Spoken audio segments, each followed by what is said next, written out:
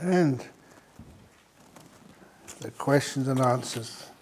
Very good. The first day, there's not that many questions, but nevertheless, I could spin these out for these 2 or 3 hours. No, I won't. I'll be good. There's this one over here. Dear Ajahn Brahm, all of us get sick one day. I hope it's not the same day. When one of our family members gets sick and we've done all we can to help, e.g. find doctors, cook, clean, let them live with us, buy medicines, etc., etc. If their life choices and actions lead to more suffering, e.g. low iron levels, and they won't supplement it, and it begins to affect our own lives, what do we do? When can we let this person go? Is it our karma and we must give up our own lives to help them? Thank you. That is a tough call. Depends actually who they are. If that's your mother or your father, we have kind of in Buddhism special responsibilities for our parents. And even if you don't like them, nevertheless they're still your mum and dad. And so we have those special responsibilities for them. I'm not sure how many of you remembered a poem which I printed, which was in Opening the Door of Your Heart, about how to look after your own mother. I don't know exactly, I can't remember it word for word, but it was something like, when you have a mother and she gets sick, even if she keeps on asking you and asking you and asking you for things, always be kind and give things to her, whatever she needs, because the time will come when she can ask no more and she will die. It was a beautiful poem, but the most amazing thing about it was the author. The author was a gentleman called Adolf Hitler. When I read that, kind of shocked me that even someone like an Adolf Hitler had this beautiful concern for his mother. If he could have that, can't you? If it's a mother or father, you try and do your very best, and it's inspiring. Of course, you are all limited, because these days we have busyness. We have monasteries to run and look after, things, art teachings to do, and your other businesses to run, other members of your family need you, and sometimes your parents are in a different state or different country, in the other side of the world. So you try and do your very best, but you have a limitation to that. And if you can't help them, then at the very least, we can always do in Buddhism just giving loving kindness. And that loving kindness actually does help. Because I teach mostly in the West and here in Australia, it's sometimes hard to convince people that all these ancient traditions actually work. They're not just superstition. And that's one of the reasons why when I do a loving kindness meditation at the end of a retreat, when people's been meditating for 6 or 7, 8, 9 days, by that time their meditation should be reasonably strong. And I ask them to spread loving kindness, first of all to a little kitten, an imaginary one, and then build it up until it's somebody who really needs it. And when you can give it to someone who really needs it, in the old days when I started doing this, I would actually look at the clock and remember the time. The reason I did that, because afterwards, when the meditation was finished, I would tell people, we'd spread that loving kindness, especially to that one person in your life who really needs it, at that particular time. When you go home, the retreat's almost ended, give them a call, wherever they are in the world. And just do small talk first of all. And then say, this afternoon at, say, 3:10 p.m., what were you doing? The reason I don't do that anymore, because the evening after the retreat had finished, I started getting all these calls. Ajahn Brahm, it worked! I asked my old auntie who's really sick, and she said, oh, it's amazing, I was thinking of you at that time. Your old father. Yeah, I was thinking of you at that time. You do actually make a connection. It does actually work. So that's one thing you can do to your loved ones, if they can be even the other side of the world. Just spread that loving kindness towards them. You may not be able to get there personally, but certainly your mind can cross those gaps so easily. So, but in the end, I mean, one of the people who really respected me a lot, actually, I don't know how much he respected me, but he cared for me, certainly, and that was, he came to visit me when I was very sick once. That gentleman was Ajahn Chah. I was really sick with scrub typhus in Ubon Hospital, and he came up to me. He didn't have much time, but at least he said something to me. He said, Brahma Wangso, you'll either get better or you'll die. And then he left.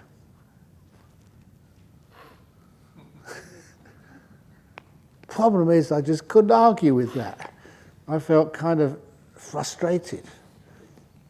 What he said was so true, but his bedside manner could be much better. But that's true. I mean, we all get sick one day. You'll either get better or you'll die. It won't last.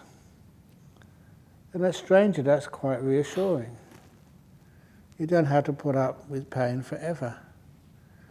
It soon goes. And that's one nice thing to know, but you try and help them, do doctors, but in the end it's their choice, what they want to do. I'll never force any monk or nun. Try and help out as much as possible, but in the end it is your journey, your responsibility, and try and do the best possible. One of our rules, it's not rules but advice, is people, it's in the Buddha said, if you are sick, we have responsibilities as monks to look after other sick monks. And we also, if I am sick, I have a responsibility to tell the people looking after me exactly how I feel. Actually, to be honest with my symptoms and honest with what I need. Because one of the terrible things is people are just so willing to help you, but they don't know what you need or what you want. And if you can get that honesty with the people who are looking after you, they don't waste time giving you stuff you don't really need. That was one of my problems years ago. I don't think there was any great sicknesses around at the time, but when I was giving a talk, I coughed. I saw a few people go out. This was in Perth. And they came back, and after the talk, they presented me with all these medications. The allopathy, what you get from the usual doctors, Chinese medicine, homeopathy, herbal medicines. I had a whole lot, because everyone said, this is work, this worked for me, this worked for me. And I promised I would take some of it. Because that's what you do. Here, Ajahn Brahm, please, I went to a lot of problems getting this, please take some. Okay. Then I was really sick. Too much medications. But people are just so kind, and sometimes their kindness is worth getting sick sometimes. I say that, with sincerity. But anyway, it's suffering low iron levels, won't supplement. You really have to try and convince them. So if they don't want to do it, You can't make them do it. It may be your old mother, and I remember my mother when she had Alzheimer's. I just wanted to spend a little bit of time with her, caring for her. And the doctor said, this is the little medicine she has to take every day. I didn't know what it was. Can you make sure she eats it or consumes it, because she doesn't like the medicine? So I put some in, I think, whatever her lunch was that day. And she was going through her lunch, and when she came to the medicine, she threw it out. So when she wasn't looking, I threw it back in again. Just out of kindness, but she kept on noticing it, pushing it out. You know what it's like, you're trying your very best. But in the end, the person's maybe at the end of their life, they're not going to live that much longer. And their happiness and comfort is important. So in the end, she threw it out, and I couldn't make her put it back in again. Didn't try it anymore. So a lot of times, let people be sick in their own way. You try and help and care, but in the end, you have to take responsibility for your own health and long life. Does that make sense to you? You try and help your old father or old mum, but in the end, it's up to her. Can you please say a few words about sense restraint, how to practice its benefits and how it relates to kindfulness?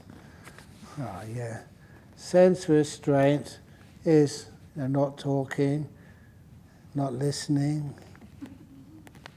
even to me. Restrain the ears. And life becomes so much more peaceful. So there's many of the senses, just the sense inputs you have. People just turning on the internet. They're not really just something they need to do. It's just like something to stimulate your senses. And it's tough doing sense restraint. I don't know how many times you have to go into shopping malls, but after you've been here for a week or 2 weeks, or those people on retreats, you go into shopping centres, and they're crazy places. There's always background music, there's smells, and the vision. Everything is just very strong colours, and it just jars your senses. If you're used to it, you don't really notice it so much. And that is why I got one of our monks, when he came here for a retreat, for the Ranger retreat, as a lay person.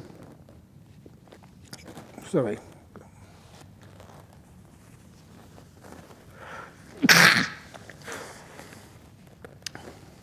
That's just a little bit of hay fever.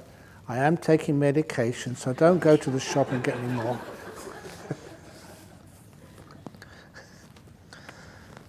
So he went, and so he told me in one of his interviews his meditation was going nowhere. And he was just as restless as when he first came. And that was when I used one of the tricks. I said, oh, okay, if the meditation's going no good, can you please go and get something for me from the shops, from one of the shopping malls? I forget what it was. I didn't really need it, but I sent him off to get it. He was very happy doing that. And when he came back, he said, I went into that shopping centre. It's a crazy place. I don't know why anyone goes there. It's just so noisy and disturbing. And I said to him, mission accomplished. I didn't really need what you got there. I needed you to go there. You used to live in places like that. Now you realize you've got so quiet with the little sense restraint you've been doing, you just can start to notice how harsh all those sensory stimulations are in a shopping centre. It's one of the things you notice here, just being here just for a few days. The nature around is very beautiful, but it doesn't stimulate you. Not the same way as like a movie, or like the colours in a shopping centre, or the sounds you hear everywhere. even in elevators, even in airports. It's very hard to get silence. I think you can understand what sense restraint is. You choose not to listen. You choose not to look. You choose not to entertain your mind with all these, I call them false entertainments. You get back into the real world. That's also why when the retreat finishes, a lot of times people say they're going back to the real world once the retreat finishes. I says, no, you're not. You were in the real world in Jhana Grove. This is far more real than when you go out there to where you live and work. Because here there's sense restraint, some sense restraint. We don't wear perfumes. I don't dye my hair. I don't have any. This is how you look. That's kind of real. So all of how you practice sense restraint is close your eyes as much as you can. Close your ears.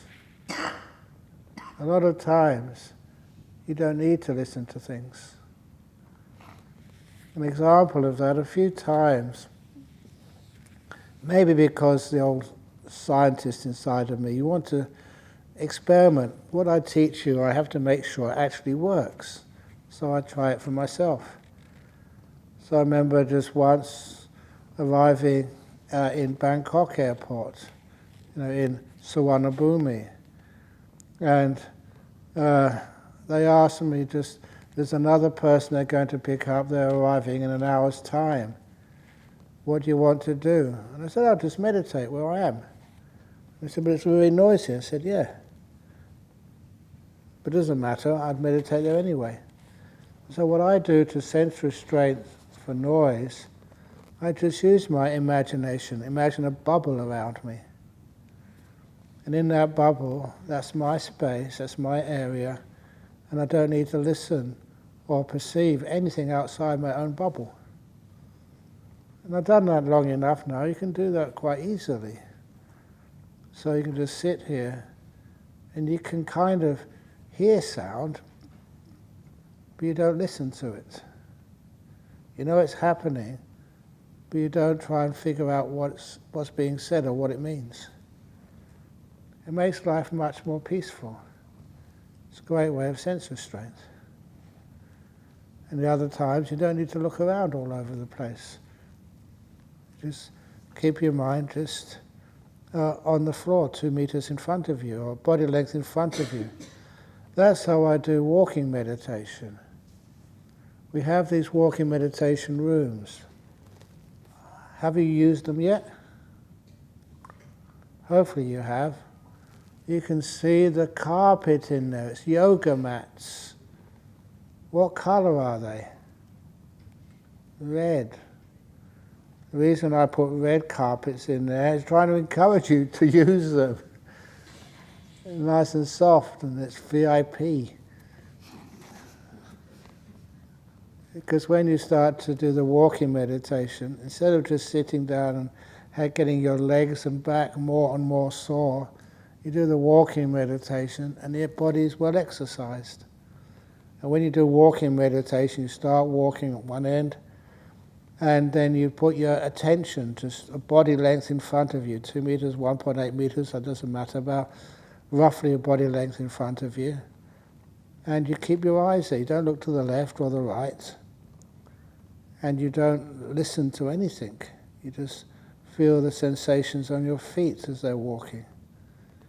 And I remember just even from the early days of meditating, the place I used to do walking meditation when I first ordained in Bangkok was in the main hall, in Wat Saket, middle of Bangkok. And in that hall, I don't know why people feel that main halls need a grandfather clock, but there was one in there, which would chime every quarter of an hour, like Big Ben in London, ding dong, ding dong, ding dong, ding dong. So you'd think that'd be terrible for your meditation. It didn't really matter because I heard it, but I never listened for it. In other words, you can hear the sound, but you never allowed it to resonate in your mind. Ding, and it was gone.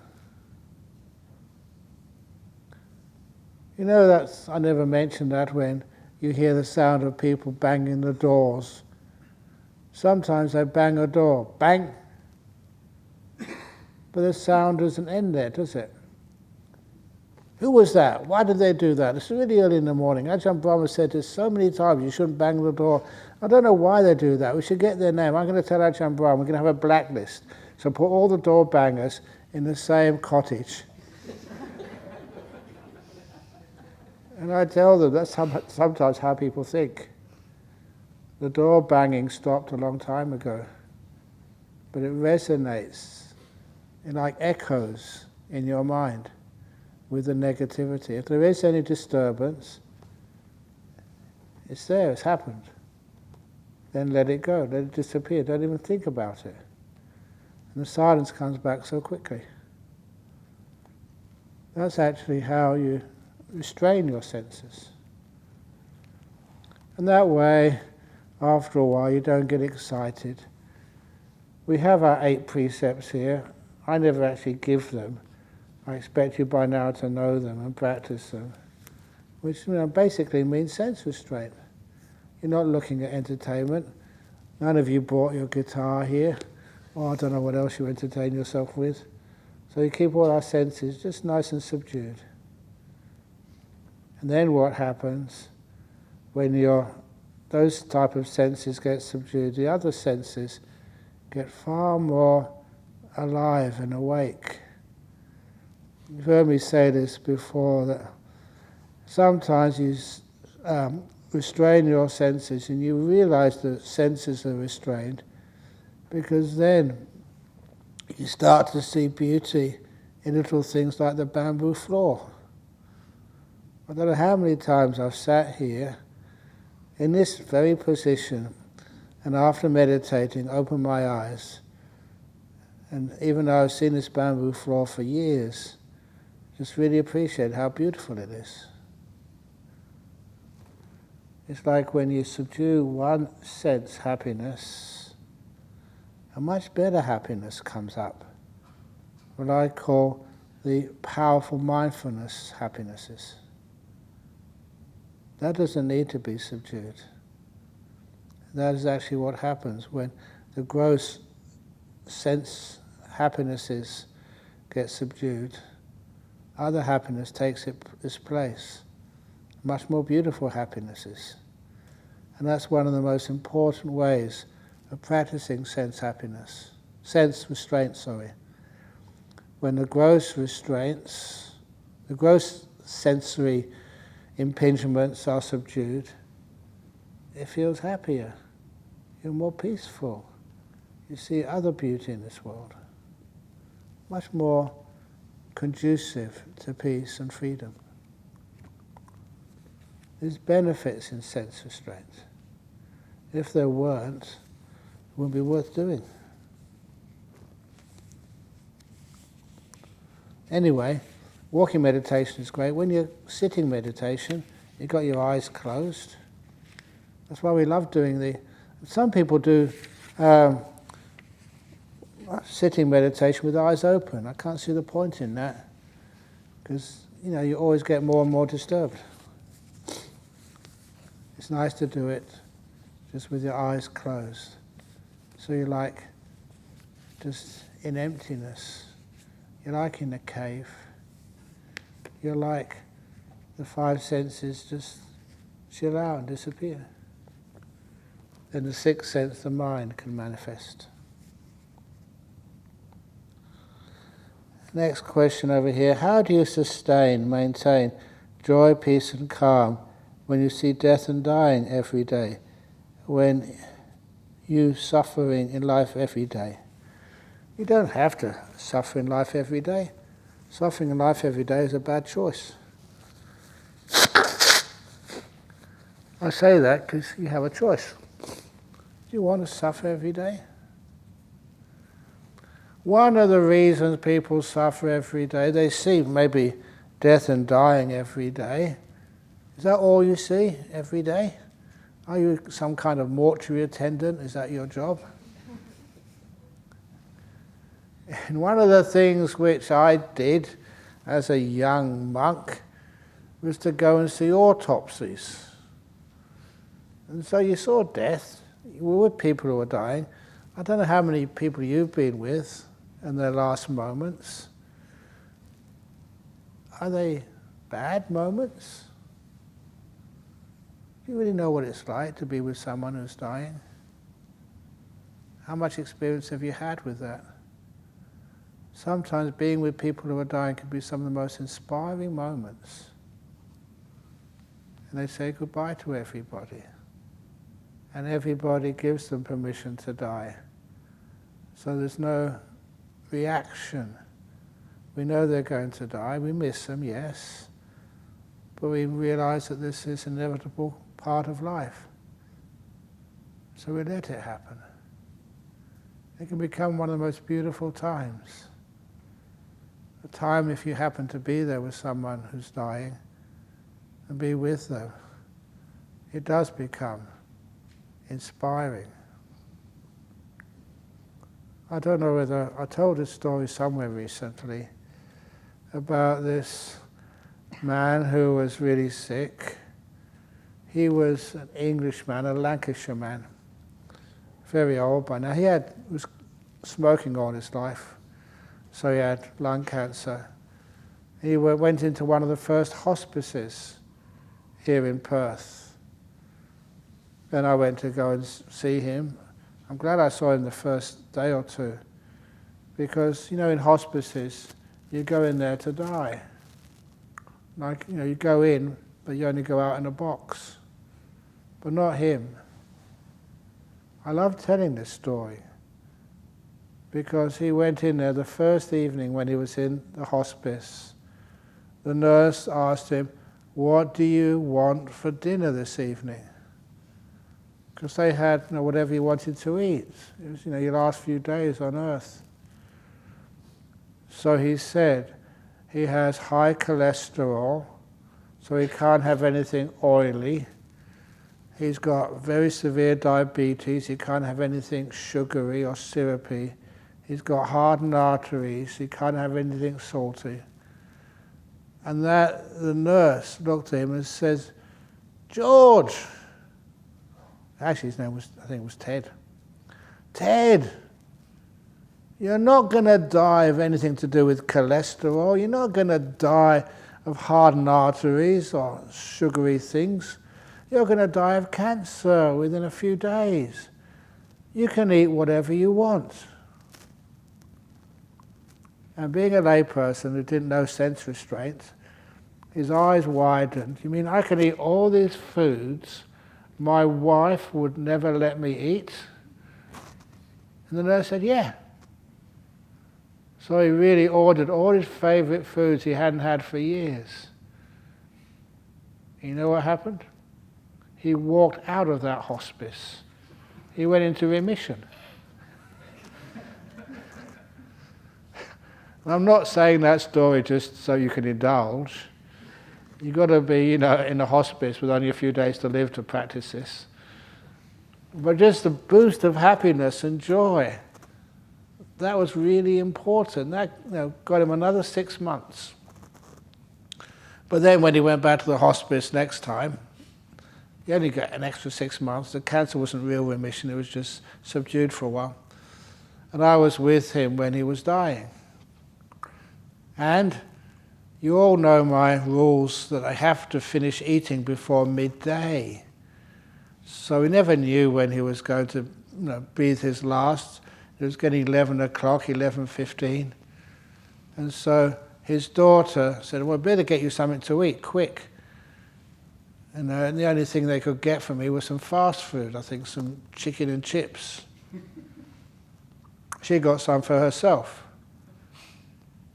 And it was just tradition. I know this. I think Venerable Chanda, you should know this as well. that if you have some chips, you always, ask, do you want a chip? You share them. So the daughter asked her dad, Dad, do you want a chip? And he said, yes, please. And that was his last words before he passed away.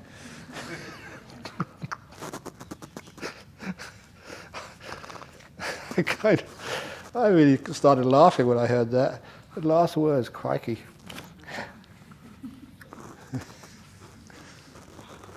So if you're with me and I'm dying,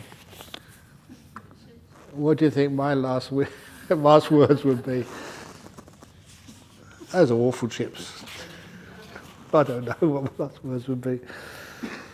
But anyway, so actually, when you see death and dying, as long as you don't have any preferences on the outcomes, you don't want the person to get better, you don't want the person to pass away, you know that it's beyond you now. Your job is just to care for the patient, not to try and control the process. Then it can become a very, very beautiful experience. No suffering at all. Suffering in life every day, so you choose to suffer. There's so much beauty and happiness here. Why can't people see that? A lot of times because we've kind of been trained to be fault finders. That's what you get paid for at work. Find the faults and fix them. You get like a plumber or electrician. They're just going to find out why it doesn't work and fix it. You're a doctor. You can't breathe properly, fix it. So we just see the problems. And in the newspapers, if you look at newspapers, it's all about the problems.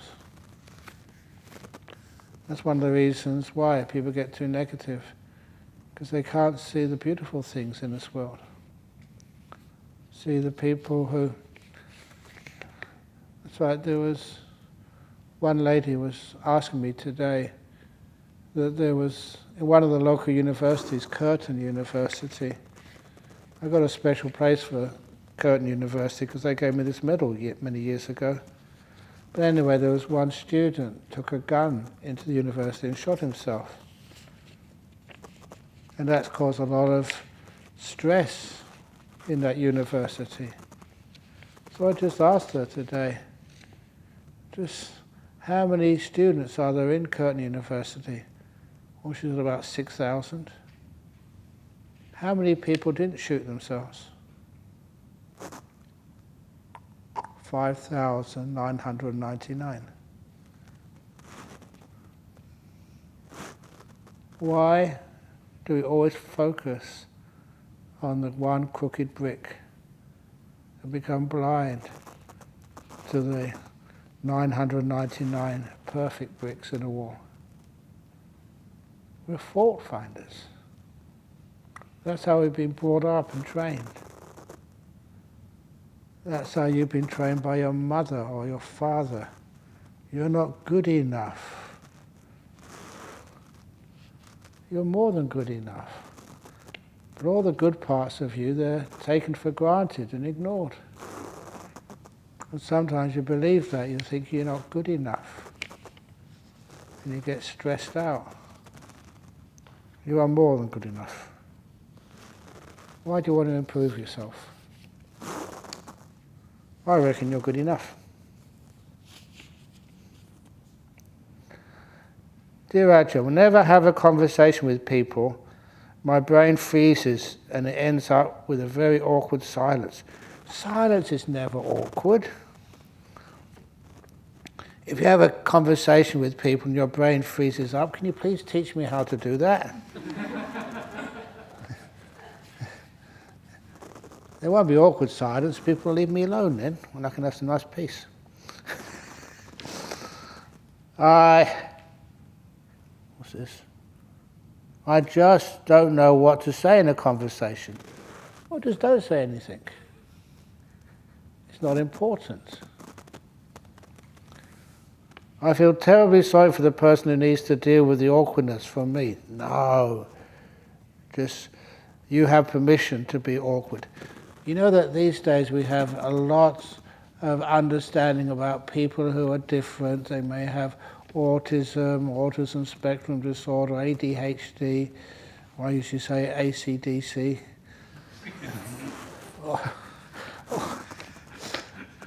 Sometimes I say that. But anyway, and there is an understanding, this is what people are like. So don't try and make them different. Learn how to be kind to them. Accept them. LGBTQIA+. Don't try and feel awkward because you're one of those and you don't know how to deal with other people. If other people feel awkward with you, fine. You have more peace in this world. So the problem is, though, and what I said and what they said keeps replaying in my mind, bugging my meditation. Please help. Oh, for goodness sake, what's in the past? Doesn't matter how many times you think about that, that doesn't make it better. It just usually makes it worse. It makes you more tense the next time you go and speak to somebody. If you want to be silent, fine. You don't need to say things. A lot of times in our life, we do things because we feel we have to please others. A lot of people's life, ever since you were small, was pleasing others. And then you grow up and you're still pleasing others. You become a nun, you become a monk, and I'm still pleasing others. There ought to be an end to all this pleasing others. So after a while, you just say what you need to say, and then whatever people like about it, don't like about it, it's up to them.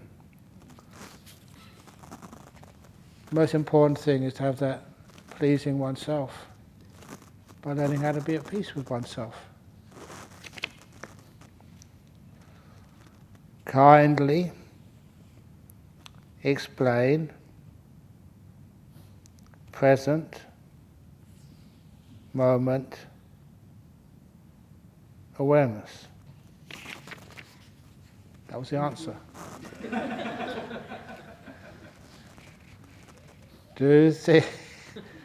Do things slowly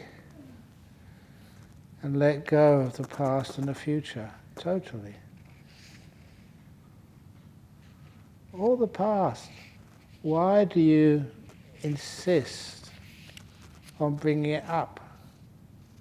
I used to have these great conversations with clinical psychiatrists and psychologists. These were people who've been to university. And they say the only way to get through some of the trauma of your past is keep reliving it. Bring it up. And I said, no. You can let it go. Just like that. I had wonderful arguments with one of these psychologists, psychiatrists, and eventually he gave in. He said, yes, it can be done. Isn't that wonderful? Doesn't matter what happened in the past.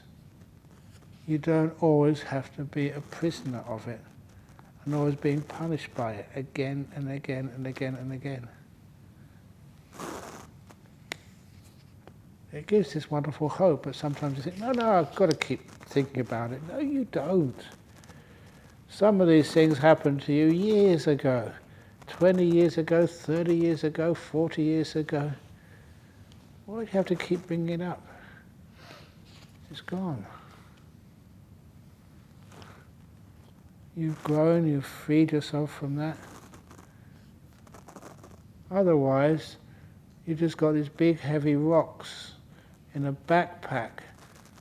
And the world is sometimes just like a big steep mountain covered in treacle. It's really hard, you have to trudge up it. And it's very difficult, just trudging just with no weight on you. Imagine all this stuff you're carrying with you in the journey of your life. Can't you just put down that backpack if you are just like a rowing boat, but you're carrying all these other boats behind you, just untie the knot. You just got your own boat to row, and that's enough. You don't have to. So please don't believe psychologists, psychiatrists who keep on telling you, you can't let it go. You have to deal with it. If you don't understand it, it will torment you for the rest of your life. No, it doesn't. Anyway, in mindfulness, bliss and beyond, you had repeatedly emphasized the need to build a foundation in the early stages of meditation, e.g. silent present moment awareness, and the careful patience is the fastest way. Good. How shall we reconcile this with the donkey carrot Durian approach? Or should we disregard the stages altogether? No, those stages are wonderful. But then, in the end, to get that last little bit of letting go, to be able to get deep meditation or insight. Silent present moment awareness is great. But then, does it take you all the way?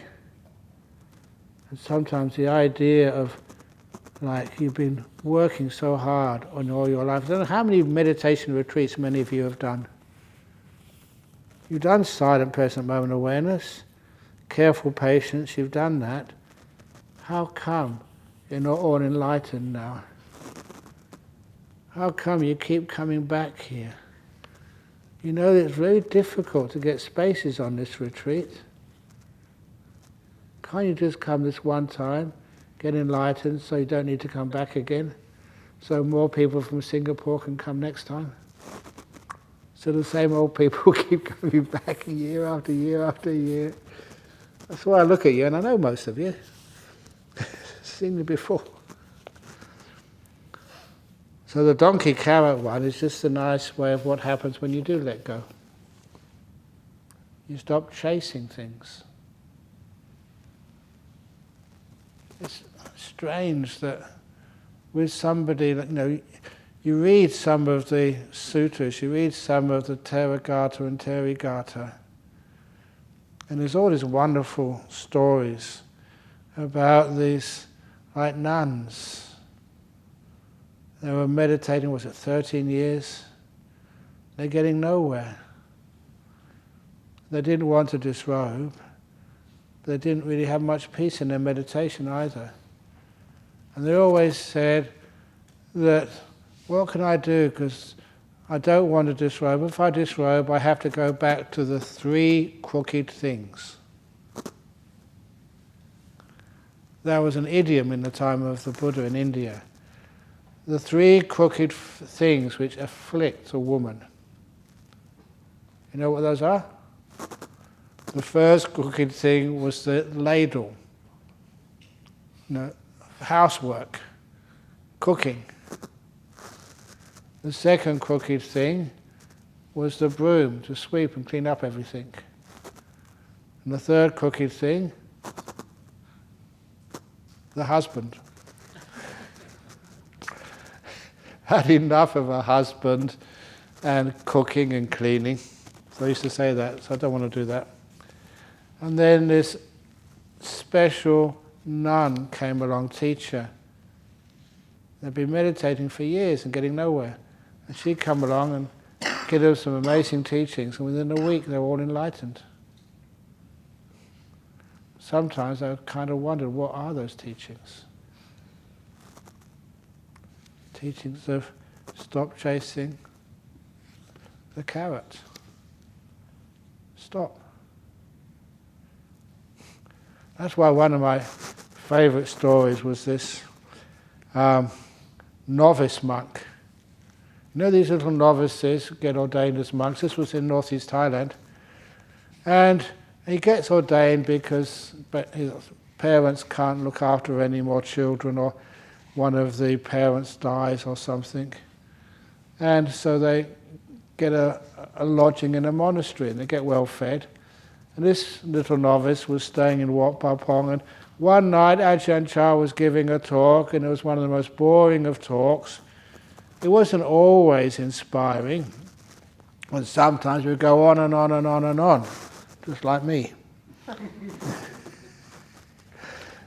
And anyway, this little novice, I don't know how old he was, 11 or 12, started thinking, when is Ajahn Chah going to stop? When's he going to stop? When's he going to stop? And that kept repeating inside of him. When's he going to stop? When's he going to stop? And the little novice decided to change it around a little bit. Instead of thinking, when is Ajahn Chah going to stop? The thought came into his mind, when am I going to stop? That's when he stopped. When he opened his eyes, it was morning time. He hadn't been asleep, been perfect meditation posture, just blissed out for hours. His first deep meditation. He had actually stopped. And when all the monks had finished the Ajahn Chah finished the talk and the monks had done their chanting, got up and just left. That's always a bit noisy when people leave. He hadn't heard any of that. He'd missed the morning alms round and the opportunity to have a meal. He didn't mind. You have lots of happiness after deep meditation. He stopped.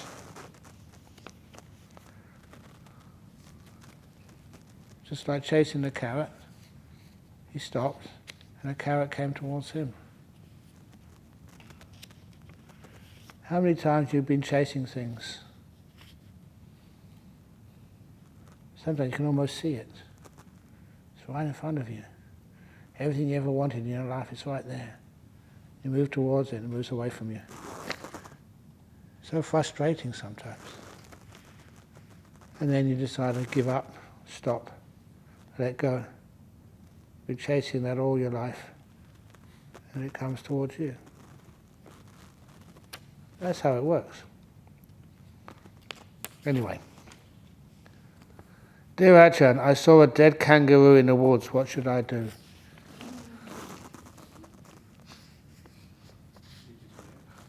Sorry? Leave it there. Yeah, do nothing. And sometimes, what day is it today? The 30th? 29th? No, 28th, isn't it? Okay. If that was in a couple of days' time, on the 31st, you saw a dead kangaroo in the forest on Halloween's night, that might be interesting. So, dead kangaroo in the woods, it's best actually to leave it there. That's where it usually goes. If it was a bit earlier in the year, in August or July, we'd always check the pouch. If it was a female, there may be a little joey inside. I remember a few times that's happened. One of the cars hit a kangaroo on Kingsbury Drive, and one of the people saw it afterwards, and they looked inside the pouch, and there was a little joey inside, a little baby kangaroo, so we rescued it.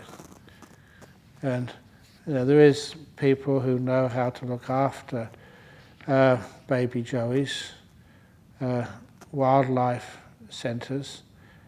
So we called them up and they came along to rescue it, to take it to a place where it could be properly cared for.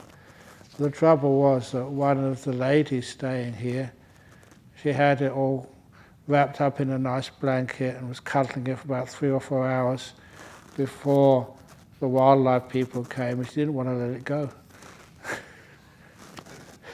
She had this lovely, beautiful, cuddly joey, but of course, it won't survive with a human being. Anyway, next question. If no one asked already,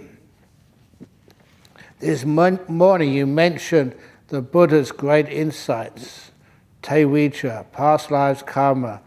I'm not sure you mentioned the third, the ending of the asvas. I did. That's where just you see the Four Noble Truths and the cause of suffering. That's what causes you enlightened. If someone already asked, then please can you explain what happened to the citta after parinibbana? Some say the citta never dies. Is it a question of semantics? No, the citta doesn't die, it gets destroyed. It ends, finished, gone. That's how the Buddha described it. That's how these monks described it. This is one of the famous suttas which we chant very, very often, the Ratana Sutta. Kinang Puranang Nawang Nati Sambhavang. Destroyed is the past, Kinang Puranang. Nawang Nati Sambhavang. There's nothing new being constructed. Eckhart Tolle did not invent present moment awareness. This was part of Buddhism from the very beginning. Kinam Puranang Nawang Nati Sambhavang Virata Chit Ayati Bhavasmi. Basically, the future of this mind has been destroyed.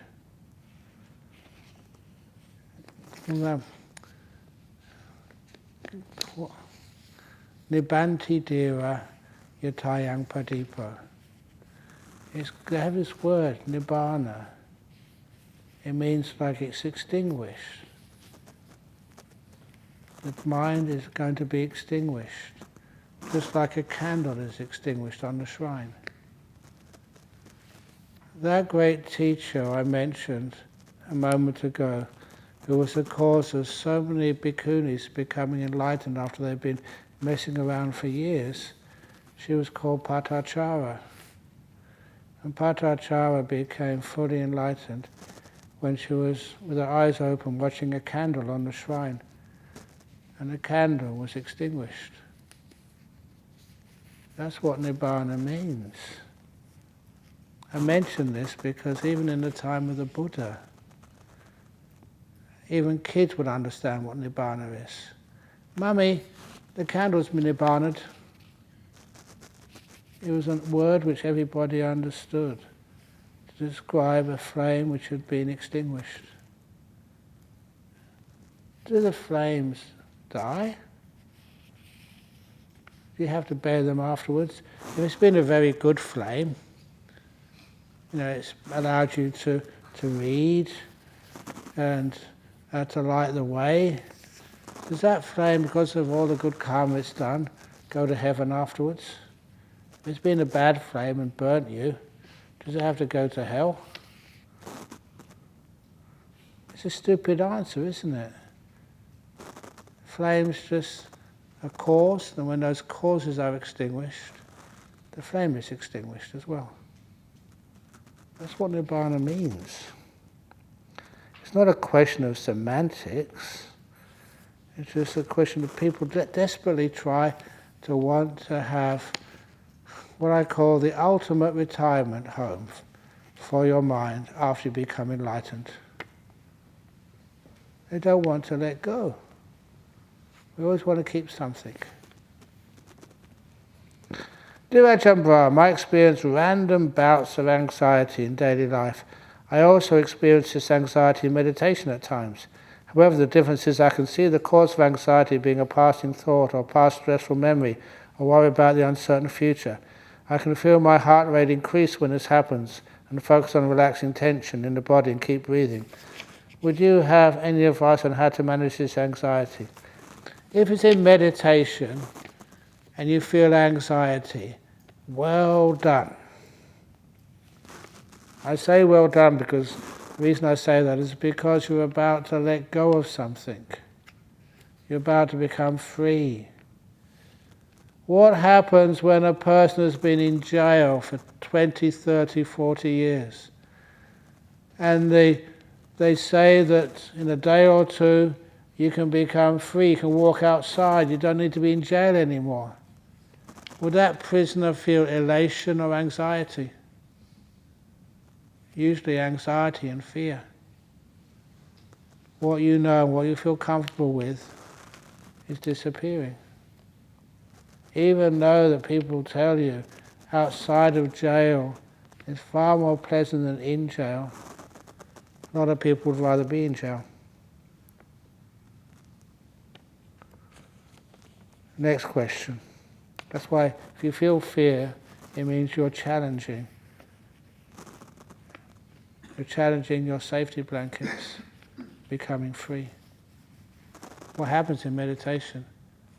Sometimes you're just so close to getting into something like a jhana, and the barrier of fear and anxiety comes up. Oh, it's a bit much for me.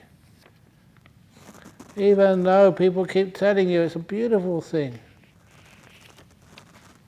but you're quite happier with some of your suffering. Next question. Is it possible to love and be infatuated with your partner and develop the necessary faculties to be a stream winner? You're making it much harder for yourself. I've got to be honest. Is it possible? I can't see how it is possible. But maybe, I'm not sure. But it's much better. Instead of being infatuated, what actually do you love about your partner? Can you actually say you love everything about her? You're that infatuated, every part of you, I love my darling. Ajahn Brahm used to tell stories about that. This monk I was with, Ajahn Brahm turned around and through the translator he said, "You're thinking of your girlfriend back in LA. He was a novice monk." He said, "Yes, you busted me, I am." And Ajahn Brahm said, "I have a wonderful method of overcoming the suffering you're experiencing." I think Ajahn Brahm read about this in some magazines or books. Ask your girlfriend in LA to send you something personal of hers. So when you miss her, you can get that out, look at it, to remind you. Is that allowable, he said? Can I get like a little lock of her hair? Or maybe a piece of her dress with her scent on it? When I feel lonely, I can take that out to remember her. And just say yes. But don't get like a lock of her hair or a piece of a dress with scent on. Just get a little bottle, send it to her, and ask her to send you some of her shit. I was looking, we haven't got much time, but I remember when Ajahn Brahm said that, the translator, it took him about 5 or 10 minutes to get his act together to translate that. Isn't that the case, the people you love? Have you ever told him or her, "I love everything about you"? Everything? So anyway, that's monk jokes. So, I can't actually see that. Love and infatuation. You can still have, there's many different types of love. Instead of the infatuation love, the care love. This is like a close partner of yours, and you're going through life together. That type of love, which is not the infatuation, but the deeply understanding one another and helping one another out, that could be helpful for stream winner. My eyes keep wanting to close when I meditate. Is it absolutely necessary to keep them open? Of course not. Who told you that? Keep them closed. It's much easier when they're closed. You don't have to see people coming and going. Apparently, new research has shown that the elderly should be encouraged to talk more or have conversations with others. Crikey. The trouble is, when elderly people have conversations with others, they say the same old jokes and the same old stories again and again and again. You should know that by now.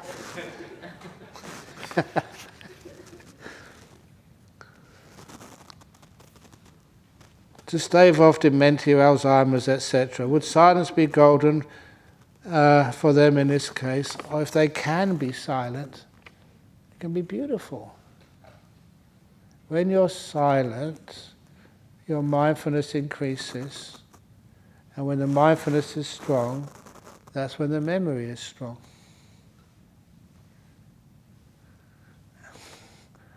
I kind of discovered this when I was even really young at school, primary school.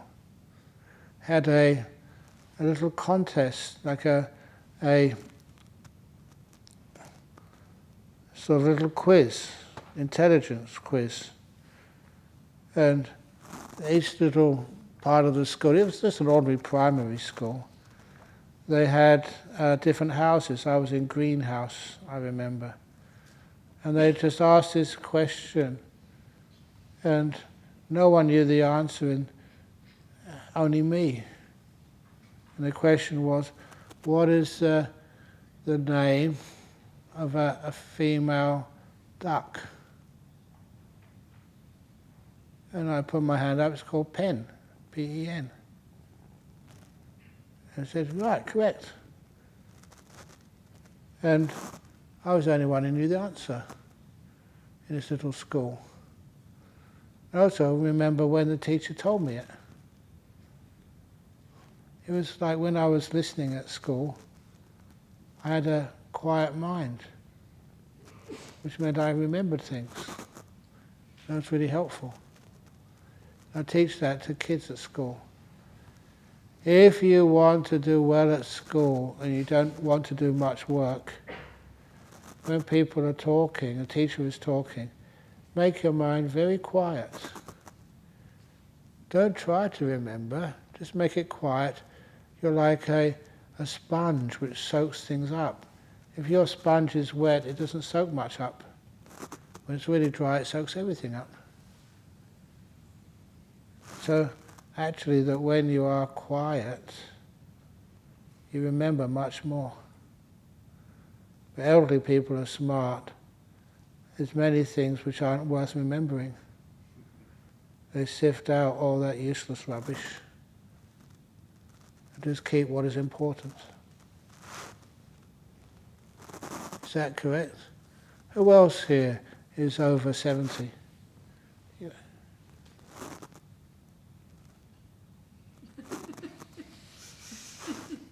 How old are you now, Chu? You're 70? Over, yeah. It's great being over, because sometimes we even forget how old we are.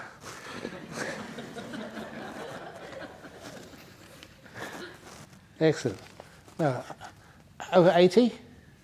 No, not yet, okay. It's around about the same age. Who else is over 70 here? The teddy bear. Okay. So anyway, thank you for the questions today, this evening. Don't worry if there's more questions tomorrow. I won't answer them. You know why? Because we're doing a ceremony tomorrow, end of the Range Retreat. But the next day, I will answer them as best we can. And if there are more questions, I will answer them more briefly. I try to sort of time it so it's just an hour or so. So it's now 8 minutes past 9, it's not too late. So now, thank you for listening. Sadhu, sadhu, sadhu. Excellent. And if you like the format, wonderful, you can come and say how much you enjoy it to me. Any complaints, please go and see the manager.